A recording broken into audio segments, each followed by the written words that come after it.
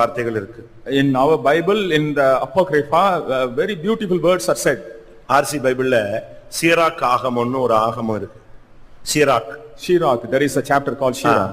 சீராக் ஆகமம் அப்படின்னு ஒரு ஆகமம் இருக்கு. And there is a book called Shirach. அப்படி நீங்க ஆர்சில இருந்து வந்தவங்கன்னா வீட்ல போய் அதை உட்கார்ந்து படிச்சு பாருங்க. And those who come from RC, you can read that. 29ஆம் அதிகாரத்துல 1ல இருந்து 10 வரைக்கும் நீங்க படிச்சு பாத்தீங்கன்னா இந்த கடன் வாங்கும்போது அவன் என்னெல்லாம் பேசுறான், கடன் கொடுக்கிற டைம் வரும்போது என்னெல்லாம் பேசுறான் அப்படின்னு சொல்லிருக்கு. In 29th chapter, first 10 verses, it is said when he borrows what he does and when he is repaying what he speaks. நான் அதை வாசிக்கிறேன், நீங்க கவனிங்க. தமிழ்ல வாசிக்கிறேன். இரக்கம் காண்பிக்கிறவன் அயலானுக்கு கடன் கொடுக்கிறான்.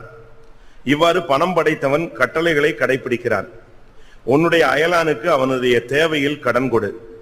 நீயும் குறித்த காலத்தில் அயலானுக்கு திருப்பி கொடுத்து விடு. வார்த்தையை காப்பாற்றி அவனுடன் நம்பிக்கையாய் நடந்து கொள்.